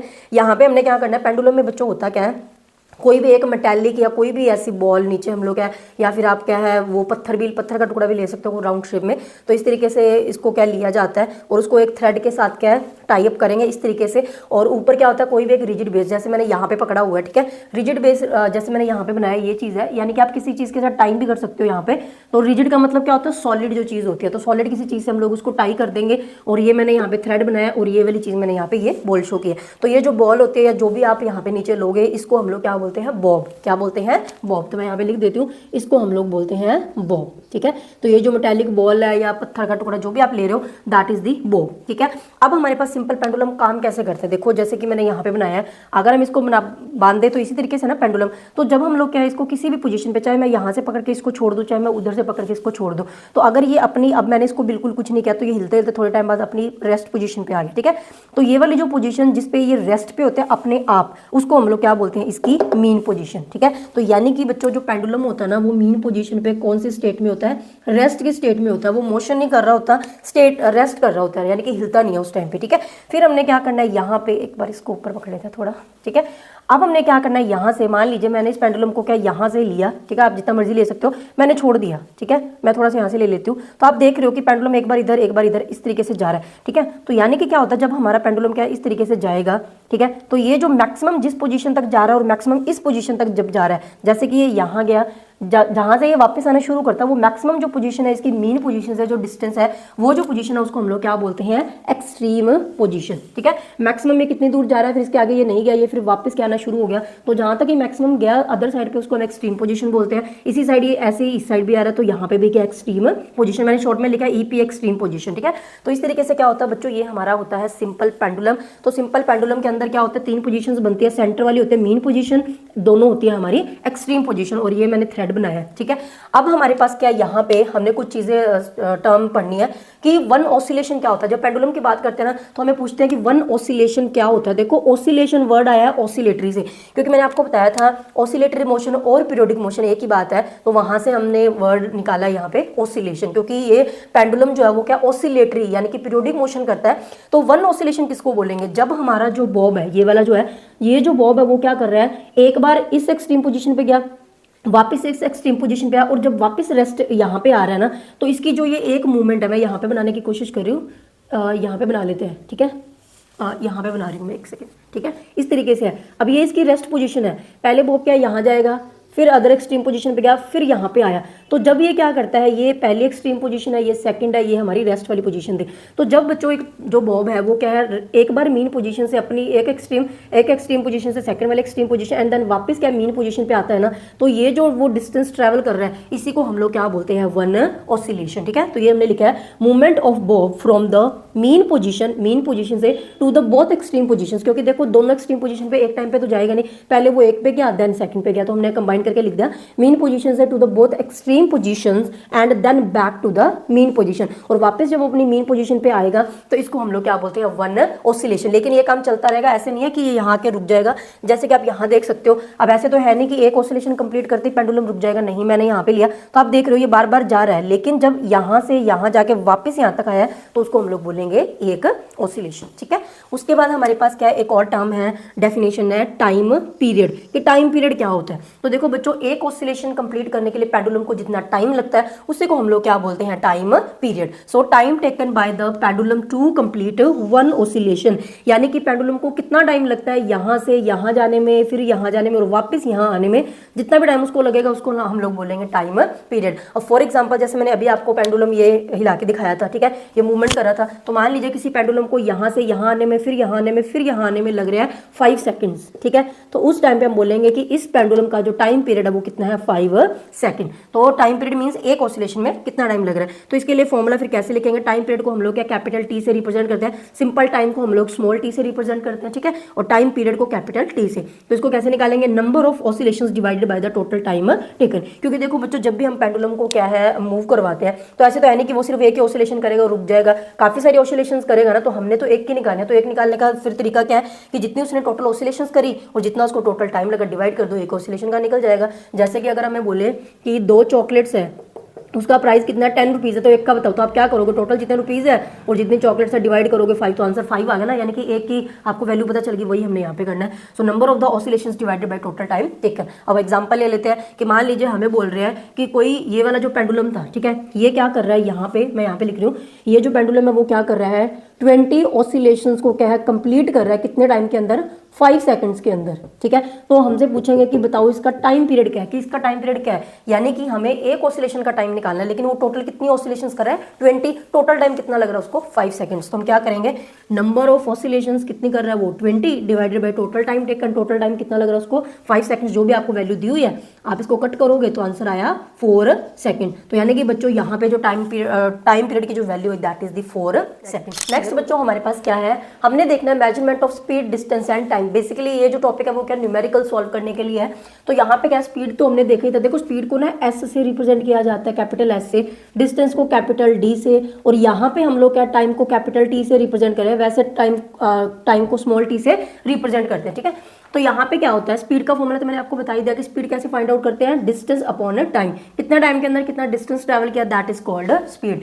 तो अगर बच्चों इस ये वाला फॉर्मूला आपको याद है, इस फॉर्मूले से क्या अगर हमें कोई 2 चीजें पता ना तो तीसरी चीज हम लोग क्या निकाल सकते हैं। यानी कि अगर हमें क्या डिस्टेंस और टाइम पता था हमने स्पीड निकाल ली, अगर हमें डिस्टेंस और स्पीड पता है तो हम लोग टाइम निकाल सकते हैं, अगर हमें क्या स्पीड एंड टाइम पता है तो हम लोग डिस्टेंस निकाल सकते हैं। ठीक है, तो इसलिए हमारे पास यहाँ पे क्या है, इसी फॉर्मूले को देख के हमने क्या यहाँ पे डिस्टेंस की वैल्यू निकालनी है। तो देखो मैथमेटिक्स आपने थोड़ा बहुत तो आपको आता ही होगा, तो डिस्टेंस जो है, डिस्टेंस अगर वैल्यू यही रहेगी तो ये जो टाइम है वो उधर जाके यहाँ पे डिवाइड में उधर जाके क्या हो जाएगा, multiply, so speed into time. ठीक है, तो यहाँ पे हमने क्या लिखा, डिस्टेंस को डी से रिप्रेजेंट किया जाता है, तो D is equal to S, speed को एस से, टाइम को टी से, तो D is equal to S into T. तो ये हमारे पास फॉर्मूला बन गया डिस्टेंस का। यानी कि अगर हमें किसी भी व्हीकल का हमें ये पता है कि इतने टाइम के अंदर ये जो टाइम लगा है ट्रैवलिंग में और स्पीड उसकी इतनी है, तो हम लोग निकाल सकते हैं कि उस व्हीकल ने कितना जो डिस्टेंस है वो ट्रैवल किया हुआ। ठीक है, इसी तरीके से हमारे पास क्या है, टाइम है, टाइम की वैल्यू निकाल सकते हो। तो यहाँ पे अगर मैं टाइम को इधर लेके जाऊँ, ठीक है, तो ये ऊपर आ जाएगा, स्पीड इधर आ जाएगा, वापस नीचे तो आ जाएगा distance upon speed. So T is equal to D distance, D speed क्या हो गया, और सॉरी यहाँ पे एस लिखना था। ठीक है, तो स्पीड हो जाएगा एस। सो हमारा फॉर्मूला बन गया T is equal to D upon S. ठीक है, अब यहाँ पे क्या होता है, बहुत सारे बच्चों को मुझे पता है कि पेपर में जाकर भूल जाते हैं कि स्पीड इज इक्वल टू क्या था, क्या क्या चीज़ें थी, भूल जाते हैं ना, तीनों चीज़ें कौन किस में आएगा। तो इसको याद करने का मैं आपको फिर से एक जुगाड़ बता देती हूँ। ठीक है, कैसे याद रखना है, देखो ये वाली चीज याद रख लो आप, D is equal to S T. इसको भी कैसे याद रखोगे, इसको ऐसे याद रख लो, हमने ये वर्ड सुना है ना GST, ये तो सबको पता है कि हर एक चीज पे आजकल GST लगती है, बस वहीं से याद रखना है मैंने GST। बस हमने G की जगह पे क्या करना है D, क्योंकि हमें पता है इस फॉर्मूले के अंदर G तो कहीं है ही नहीं। सो ST एक साइड आएगा, तो दैट मीन्स आपको खुद ही पता चल जाएगा कि यहाँ पे फिर क्या आएगा D। So D is equal to S into T. तो अगर आपको ये चीज पता है तो आपकी किसी भी तरीके से अगर आपने S की वैल्यू निकालनी है तो T को इधर ले जाओ, वो डिवाइड हो जाएगा, तो वो स्पीड वाला फॉर्मूला बन जाएगा। ठीक है, अगर हमने क्या है यहाँ से T की वैल्यू निकालनी है तो S को इधर ले जाएंगे तो ये वाला फॉर्मूला बन जाएगा। तो यानी कि इससे आप क्या है याद कर सकते हो। ठीक है, उसके बाद क्या है हमारे व्हीकल्स के अंदर, यहाँ पे बच्चों इसके जो न्यूमेरिकल्स है ना वो मैं आपको क्या सेपरेट वीडियो बनाऊंगी, क्योंकि ये वीडियो ऑलरेडी बहुत लेंथी हो चुकी है और ज्यादा हो जाएगी, तो अभी इसके न्यूमेरिकल्स हम सेपरेट करेंगे। ठीक है, फॉर्मूले मैंने आपको बता दिए। व्हीकल्स के अंदर ये 1 मार्क का क्वेश्चन भी आपको आता है, यहाँ पे ये भी 1 मार्क का क्वेश्चन आपको आता है, which of the following is true. तो आपको ऐसे लिखा होगा S is equal to D upon T, T is equal to D upon S, यानी कि ये सिंबल्स यूज किए जाते हैं वहां पे, प्रॉपर कई बार नहीं लिखा होता speed is equal to D distance upon time, तो इसीलिए मैंने आपको सिंबल्स बताए हैं। ठीक है, उसके बाद क्या है हमारी व्हीकल्स के अंदर जैसे कि कार, स्कूटर, बाइक, स्कूटीज जो भी है, उनके अंदर हमारे क्या होता है 2 डिवाइसेस लगे होते हैं।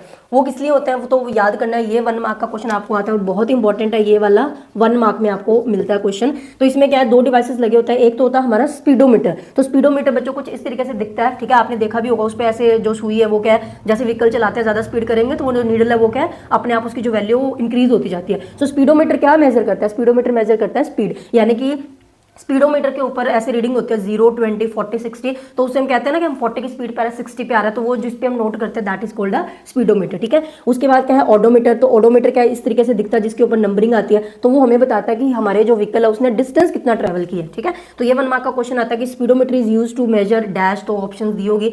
अब अगर इसमें कंफ्यूजन होता है, वैसे तो नहीं होनी चाहिए, क्योंकि देखो जिसके नाम में ही आ रहा है स्पीड, वो स्पीड ही मेजर करेगा ना, और 2 ही तरीके का डिवाइसेस हम लोग व्हीकल में यूज करते हैं, एक है स्पीडोमीटर, एक ओडोमीटर। तो यानी कि अगर ये स्पीड को फाइंड आउट तो फिर दूसरा कौन सा करेगा, डिस्टेंस को मेजर करेगा ना। ठीक है, तो इस तरीके से आप इसको याद कर सकते हो। चलिए बच्चों देख लेते हैं हमारे इस चैप्टर का last topic, that is graph. तो ग्राफ होते क्या है, देखो ग्राफ क्या होता है, विजुअल रिप्रेजेंटेशन होती है। जब भी हम किसी चीज का डाटा या किसी चीज का हम बताना चाहते हैं ना, इंफॉर्मेशन देना चाहते हैं, तो कई बार उस इंफॉर्मेशन को हम लोग स्ट्रक्चर की फॉर्म में दिखा देते हैं, उसी को हम लोग क्या बोलते हैं ग्राफ। तो बेसिकली हमारे पास ग्राफ क्या 3 टाइप के होते हैं। एक होता है बार ग्राफ, जिसमें इस तरीके से ना ये बार्स बना के जो डाटा है उसको रिप्रेजेंट किया जाता है। एक होता है हमारे पास पाई चार्ट, जिसमें क्या सर्कल को डिवाइड करके, मतलब टोटल इनका 100 ही बनेगा। अब मैंने रफली एग्जांपल देने के लिए लिया, तो मैंने देखा नहीं है कितना बन रहा है, तो जैसे कि ये बता रहा है ये 30% होगा किसी चीज का जो भी है, तो इसे हम कहते हैं पाई चार्ट, यानी कि सर्कल में जब बनाया जाए। और एक होता है हमारे पास इस तरीके से जिसमें हम लाइंस ड्रॉ करके बताते हैं, तो उसे हम कहते हैं लाइन ग्राफ। तो हमारे इस चैप्टर के अंदर हमने पढ़ना है किसके बारे में, लाइन ग्राफ के बारे में। ठीक है, तो लाइन ग्राफ मैंने यहाँ पे लिखा है, लाइन ग्राफ को हमने स्टडी करना है। और लाइन ग्राफ बनाना किसका है, डिस्टेंस टाइम ग्राफ, यानी कि डिस्टेंस और टाइम के बीच में ग्राफ हमने ड्रॉ करना, और वो भी कौन सा, लाइन ग्राफ। तो अभी आपको सिखा देती हूँ कि ग्राफ बनाते कैसे हैं। सबसे पहली बात तो बच्चों कि जब भी हमने ग्राफ बनाना होता है तो हम लोग क्या करते हैं, 2 लाइंस लेते हैं और उनको एक दूसरे के क्या परपेंडिकुलर ड्रॉ करते हैं, यानी कि इस लाइन और इस लाइन के बीच में एंगल कितना हमारा 90 डिग्री। ठीक है, तो यहाँ पे क्या है 90 डिग्री पे 2 लाइंस है। ये वाली जो हॉरिजॉन्टल लाइन होते हैं इसको हम लोग बोलते हैं एक्स एक्सिस, और ये जो वर्टिकल लाइन होते हैं इसे हम बोलते हैं वाई एक्सिस। ठीक है, जहां पे दोनों लाइन मीट करती है ना, ये वाला जो पॉइंट है इसको ओ से रिप्रेजेंट करते हैं, और इसको बोलते क्या हम लोग,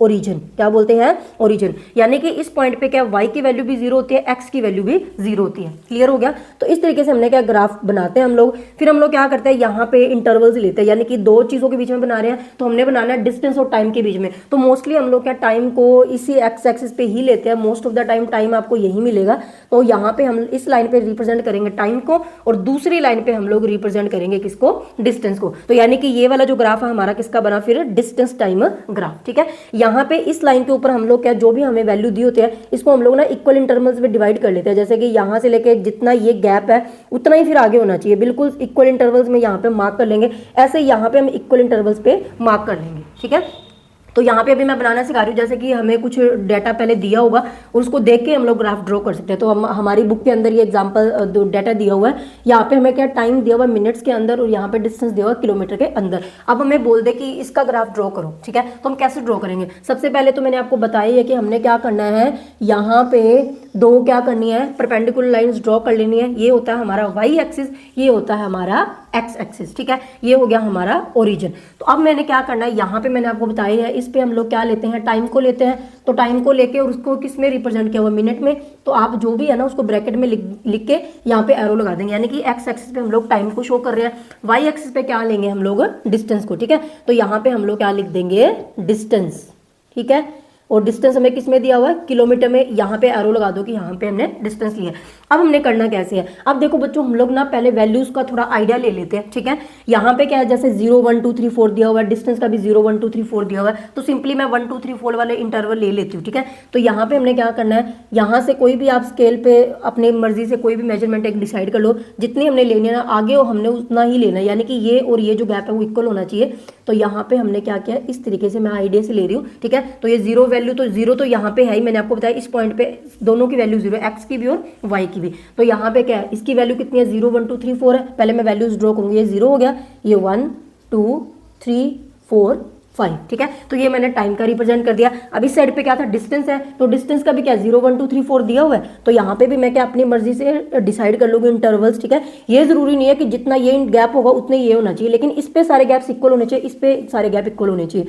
तो जितना आपने इंटरवल लिया है उस आइडिया से मैं क्या यहाँ पे ले रही हूँ। तो ये 0 1 2 3 4 और मैंने एक 5 का और लेना था। चलो हम लोग एक वैल्यू डिक्रीज कर लेते हैं, ठीक है। मेरे पास जगह नहीं है अभी, तो सेम ही वैसे हो जाएगा। अभी हमने करना क्या, कैसे ग्राफ को ड्रॉ करेंगे। तो हम बच्चों कैसे करते हैं, यहाँ पे हम देखेंगे पहले जब टाइम 0 था तो उसके कोरस्पॉन्डिंग देखो जो डिस्टेंस है उसकी वैल्यू कितनी है, 0। यानी कि पहला जो पॉइंट है यहाँ पे एक्स की वैल्यू भी 0, वाई की वैल्यू भी 0, तो पहला पॉइंट तो हमारा ये वाला ही हो गया।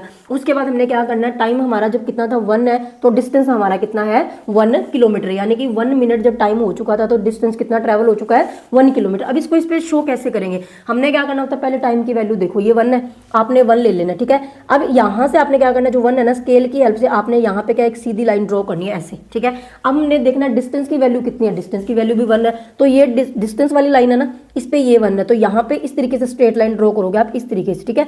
तो ये जो दोनों लाइन जिस पॉइंट पे मीट कर रही है ना, ये वाला पॉइंट हमारा आएगा, ये वाली वैल्यू जब टाइम 1 है और डिस्टेंस भी कितना है 1 है, ठीक है। इसी तरीके से हमने सेकंड करना है, जब हमारा टाइम क्या है 2 मिनट है, तो टाइम 2 मिनट ये रहा, तो इस पे स्केल लोगे आप और स्ट्रेट लाइन यहाँ पे क्या इसमें से क्रॉस होती है, स्ट्रेट लाइन को हमने क्या इस तरीके से ड्रॉ कर देना है। अब यहाँ पे क्या है, डिस्टेंस कितना ट्रैवल कर चुके हैं उस टाइम पे 2 किलोमीटर, ठीक है। तो डिस्टेंस की ये वाली 2 रही, तो यहाँ पे स्केल से बिल्कुल स्ट्रेट लाइन आप ड्रॉ कर दोगे। अब देखो यहाँ पे मीट कर रही है, तो ये वाला हमारा बन गया सेकंड पॉइंट, ठीक है। इसी तरीके से क्या, जब इस टाइम 3 है तो डिस्टेंस भी कितना 3 है, तो यहाँ पे 3 से मैं क्या स्ट्रेट लाइन ड्रॉ कर रही हूँ इस तरीके से, ठीक है। और ये डिस्टेंस का 3 होगा इस तरीके से, तो यहाँ पे क्या है कट करेंगे, ठीक है। अब आगे क्या है, जब टाइम 4 है तो डिस्टेंस भी कितना है 4 है, तो यानी कि जब टाइम 4 मिनट है तो डिस्टेंस कितना 4 किलोमीटर ट्रैवल हो चुका है, तो ये आ गया यहाँ पे, ठीक है। अब हमने क्या करना, देखो मैंने ना यहाँ पे ये सेंटर वाली जो डॉट है इसके अराउंड मैंने ये इसीलिए लगाया ताकि ये बड़े वाला सर्कल हो जाए, तो हमें इजीली पता चल जाए कि हमने यहाँ पॉइंट्स लिए हैं, ठीक है। एक्चुअली में हमारे पॉइंट यही वाले हैं जो मैंने अंदर की साइड बनाए हैं। अब हमने क्या करना है, स्केल लेना है, स्केल लेके अंदर ये वाली जो चीज़ है ना, ये वाला जो सेंटर वाला पॉइंट है, इसमें से क्रॉस होती हुई बिल्कुल स्ट्रेट लाइन हमने क्या करना है, ड्रॉ करना है। मेरी थोड़ी सी टेढ़ी हो चुकी है, ठीक है, आप स्केल की हेल्प से करोगे बिल्कुल स्ट्रेट ड्रॉ हो जाएगा। तो इस तरीके से बच्चों हम लोग क्या है, जो डिस्टेंस टाइम ग्राफ है उसको क्या ड्रॉ करते हैं। अब इसकी एक और एग्जांपल हम लोग क्या देख लेते हैं। तो यहाँ पे हमें क्या एक और डाटा दिया हुआ है, तो हमें अगर इसका ग्राफ बनाना तो हम कैसे बनाएंगे। यहाँ पे क्या, ये हमारी बुक के अंदर टेबल बना हुआ है, यहाँ पे टाइम दिया हुआ है AM के अंदर, ठीक है। ओडोमीटर रीडिंग दिया हुआ है, मैंने आपको बताया था ओडोमीटर क्या नोट करता है, डिस्टेंस नोट करता है ना। तो ओडोमीटर की रीडिंग बताते हैं कि 8 बजे इसकी रीडिंग ये आ रही थी, 8:30 पे ये आ रही है, ये आ रही है। अगर आपको बाय चांस ये दोनों चीजें दी हो और डिस्टेंस ना दी हो, आपको बोलते डिस्टेंस टाइम ग्राफ निकालो, तो आपको तो डिस्टेंस दिया ही नहीं है, तो हमें डिस्टेंस निकालना पड़ेगा। अगर दिया हुआ है तो वेल एंड गुड है, लेकिन मैं आपको निकालना सिखा देती हूँ कैसे निकालेंगे। हम निकालते हैं बच्चों distance from the starting point, क्योंकि अगर देखो हम कहीं जा रहे हैं तो जहां से हम घर से चले, ठीक है, हम कहीं नई जगह जा रहे हैं, हमें नहीं पता वो कितनी दूर है, हमें आइडिया लगाना है। तो हम जैसे चले, हमने ऑटोमेटिक रीडिंग नोट कर ली कि अच्छा हम घर से चल रहे हैं, ये रीडिंग है। फिर आपने रस्ते में कहीं गए तो आपने चेक करा कि हम कितने की दूर आ गए, तो आप ऑटोमीटर में ही देखोगे ना, मतलब स्टार्टिंग से कंपेयर करोगे ना, तो हम स्टार्टिंग से डिस्टेंस निकालेंगे, ठीक है। अब वो निकाला कैसे जाता है, हमने क्या करना है, देखो यहाँ 8 o'clock तो वो चलना हमने शुरू करा है, ठीक है, उस टाइम ओडोमीटर की रीडिंग ये है, यानी कि हम मान के चलेंगे कि अभी तक हमने डिस्टेंस कितना ट्रैवल किया है 0 किलोमीटर, और ये ओडोमीटर की रीडिंग किलोमीटर में दी हुई है तो ये डिस्टेंस किलोमीटर में ही आएगा। ठीक है, यानी कि अब 0 मैंने क्यों लिखा, क्योंकि यहां से हमने चलना शुरू किया, ये तो पहले की रीडिंग है ना जो चल चुके हैं। ठीक है, अब हमने क्या करा 8:30 पे देखा कि ये वाली रीडिंग आ रही है, अब हमें पता लगाना है कि यहां तक 8:30 तक हमने कितना डिस्टेंस ट्रैवल कर लिया, यानी कि 8 बजे चल पड़े हैं हम लोग, 8:30 पे हमने नोट करना है कि हमने कितना डिस्टेंस ट्रैवल कर लिया। तो हम क्या करेंगे, ये वाली हमारी स्टार्टिंग वैल्यू होगी, ये हमारी फाइनल वैल्यू होगी। हम लोग हमेशा क्या करते हैं, फाइनल में से स्टार्टिंग को क्या कर देते हैं, माइनस कर देते हैं। तो इसलिए मैंने ये यहाँ पे लिखा है, ये जो है 36560 में से हम लोग क्या 36540 को माइनस करेंगे, तो अब माइनस करोगे तो बच्चों आंसर आएगा 20, यानी कि 8:30 तक हमने क्या है 20 किलोमीटर का जो डिस्टेंस है वो ट्रैवल कर लिया। ठीक है, फिर हमने क्या है 9 o'clock ओडोमीटर की रीडिंग नोट करी, फिर हमारे लिए ये फाइनल वैल्यू और स्टार्टिंग वैल्यू तो अभी भी हमारी यही है ना, तो इसमें से हम लोग क्या फिर से इसमें से इसको हम लोग क्या कर देंगे, माइनस कर देंगे। दो वैल्यू मैंने यहाँ पे लिखा 36580 और स्टार्टिंग वाली हमारी जो वैल्यू उसको माइनस करेंगे तो आंसर आया 40। तो यानी कि यहाँ पे कितना डिस्टेंस ट्रैवल कर लिया हमने 9 o'clock तक 40 किलोमीटर। इसी तरीके से 9:30 पे निकालना है, फिर से इसमें से माइनस कर देंगे, तो सारे माइनस करके मैंने यहाँ पे लिखे हुए हैं, आप यहाँ से अभी निकाल लेना। ये आएगा 60 किलोमीटर, इसकी निकालनी है तो यहाँ से फिर क्या है इसको इसमें से माइनस कर देंगे, तो आंसर आएगा हमारा 80 किलोमीटर। मैंने ऊपर लिखा भी है 36620 माइनस हमारी पहली जो रीडिंग थी उसको माइनस किया तो आंसर आएगा 80। ठीक है, तो इस तरीके से अब हमने क्या डिस्टेंस निकाल लिया, अगर दिया हुआ तो वेल एंड गुड है, हमने निकाल लिया। अभी हमने क्या करना है हमारे लिए टाइम और डिस्टेंस, अब हमने टाइम और डिस्टेंस का ग्राफ निकालना है, इसको बीच को भूल जाओ।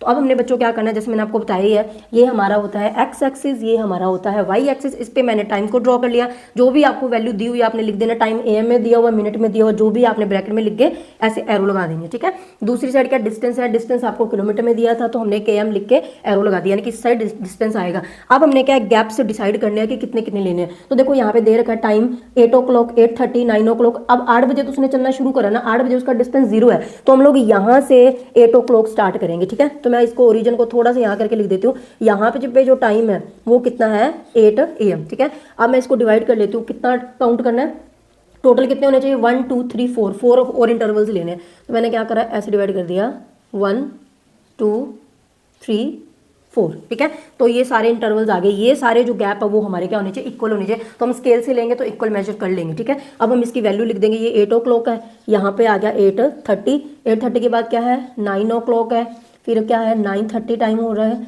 फिर है 10 o'clock। तो जो भी वैल्यूज थी हमने चारों लिख दी। ठीक है, अब हमने लेना है डिस्टेंस, डिस्टेंस क्या है 0 20 40 60 80, तो हम लोग इसी तरीके से ले लेंगे। ठीक है, तो यहाँ पे मैं डिवाइड कर रही हूँ, यहाँ पे ये इसके इक्वल थोड़ा सा आइडिया लेके मैं कर देती हूँ अभी।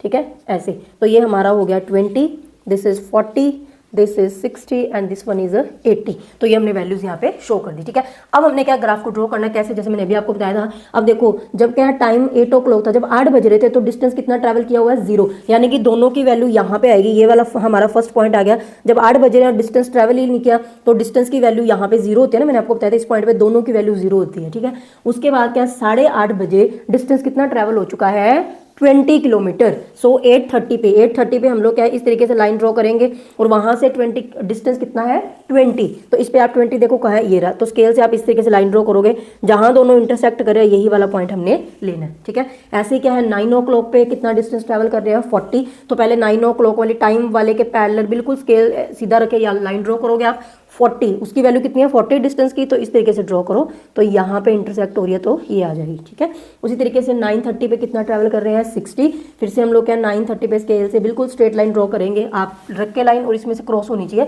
स्ट्रेट लाइन ड्रॉ करोगे। देन अगेन हमने क्या 60 की वैल्यू है तो यहाँ से स्ट्रेट ड्रॉ करेंगे तो इस तरीके से 60 की आ जाएगी। इसी तरीके से 10 o'clock कितना हो रहा है 80, तो यहाँ पे 10 बजे तक कितनी रीडिंग हमने डिस्टेंस ट्रैवल कर लिया 80, तो ये आ गया थोड़ा सा यहाँ से टेढ़ा होगा इस तरीके से, तो मतलब ऑलमोस्ट यहाँ आ जाएगी वैल्यू। फिर हमने क्या करना है स्केल लेके और ये बिल्कुल ये जो ब्लैक वाली अंदर वाली जो डॉट वाली लाइंस है इसमें से क्रॉस होती हुई लाइंस को क्या ड्रॉ कर देना है, तो ये हमारा क्या है ग्राफ। ठीक है, तो इस तरीके से बच्चों हमने क्या ग्राफ को ड्रॉ करना है। आपको अलग अलग जो भी वैल्यूज देंगे आपने वैल्यूज के अकॉर्डिंग यहाँ पे क्या इंटरवल्स लेने हैं। ठीक है, अब अगर ग्राफ बनाने को बोलते तो ऐसे बनाना है। अब हमारी बुक में क्वेश्चन और भी दिया होगा, कई बार आपको ऐसे बोल देंगे कि ये ग्राफ ड्रॉ करो एंड साथ में ये भी बताओ कि मान लो आपको ये बोल दे कि 9:45 पे बताओ कि डिस्टेंस कितना ट्रैवल कर लिया, ठीक है। अब 9:45 है, आपको डिस्टेंस बताना कितना ट्रैवल कर लिया with the help of graph. अब ग्राफ की हेल्प से आप ना 8 से लेकर 10 बजे के बीच में कोई भी आपको टाइम पे डिस्टेंस पूछ ले जो हमें यहाँ पे वैल्यू नहीं दी हुई, हम बता सकते हैं। कैसे बता सकते हैं, देखो हमने क्या करना है, सिंपली जो भी टाइम दिया ना, आप पहले उस टाइम को देखो, टाइम कितना दिया 9:45। अब यहाँ पे तो हमने 9:45 ड्रॉ ही नहीं किया, तो देखो बच्चों को ध्यान से देखोगे तो हमने हर एक इंटरवल पे यहाँ से लेके यहाँ तक कितना गैप है हमारा, 30 मिनट का गैप है ना। तो यानी कि अगर मैं इसका मिडिल लूँ तो 15 मिनट ये हो गए और 15 के बाकी हो गए, यही होएगा ना। तो यानी कि बीच वाले पे क्या हो रहा है, 8:15 हो रहा है। अगर मैं यहाँ पे बात करूँ तो यहाँ पे कितना टाइम हो रहा होगा, 8:45, 15 मिनट ये, 15 मिनट आगे का तो 9 o'clock बन गया, यही चीज़ है ना। तो हमने क्या करना है, हमने 9:45 वाला टाइम देखना है। तो मुझे पता है 9:30 से 10 के बीच में क्या होता है, 9:45 होते हैं ना, तो बीच वाला जो टाइम है ये ले लेंगे, तो ये हमारा आ जाएगा 9:45, बिल्कुल इसका सेंटर ले लोगे आप, ठीक है। अब हमने क्या करना है, स्केल की हेल्प से बिल्कुल इस लाइन में से, इस पॉइंट में से पास होती हुई स्ट्रेट लाइन आपने क्या करनी है, ड्रॉ करनी है, ठीक है। तो जिस पॉइंट पे ये वाली जो लाइन है, जिस पॉइंट पे इस लाइन को जो ग्राफ की लाइन बताई थी इंटरसेक्ट करेगा ना, आपने उसको मार्क करना है, फिर स्केल लेना है, फिर इस तरीके से हॉरिजॉन्टल लाइन, क्योंकि हमें डिस्टेंस निकालना है ना, और डिस्टेंस हमारा इसके ऊपर है, तो इसके पता करने के लिए हमें ये लाइन इंटरसेक्ट करवानी पड़ेगी। तो हम क्या करेंगे, इसमें से पास होती जो लाइन है उसको क्या कर देंगे, ड्रॉ कर देंगे इस तरीके से। तो आप जहाँ पे भी अगर आपने ग्राफ लोगे, प्रॉपर ग्राफ पे बनाओगे तो आपको खुद पता चलेगा कि ये जो वैल्यू सेंटर पे आ रही है। तो यहाँ पे भी हमने कितना कितना गैप लिया, 20 का लिया ना, 20 फिर 20, यानी कि इसका मिडल लूँ तो यहाँ पे कितना आएगा 30, ये भी 20 का गैप है, इसका मिडल लूँ तो कितना आएगा 50, ऐसे इसका मिडल कितना आएगा 70, यानी कि 9:45 पे कितना डिस्टेंस ट्रैवल कर चुके हैं, 70 किलोमीटर। तो इस तरीके से अगर आपको कोई भी वैल्यू पूछे तो आप इजीली यहाँ पे बता सकते हो। तो ये था बच्चों हमारा complete chapter. I really hope कि आपको ये वाला चैप्टर समझ में आ गया। थोड़ा न्यूमेरिकल पार्ट है, लेकिन अगर आप इस वीडियो को पूरा ध्यान से देखोगे तो आपको सारी चीजें क्लियर हो जाएंगी। इसके जो नोट्स है आपको मेरे टेलीग्राम चैनल पर मिल जाएंगे, डिटेल्ड नोट्स मैं आपको प्रोवाइड करूंगी, और उसका जो लिंक है चैनल को ज्वाइन करने का वो भी आपको नीचे डिस्क्रिप्शन बॉक्स में मिल जाएगा। तो चलिए बच्चों, मिलते हैं नेक्स्ट वीडियो के अंदर। Till then take care, bye bye.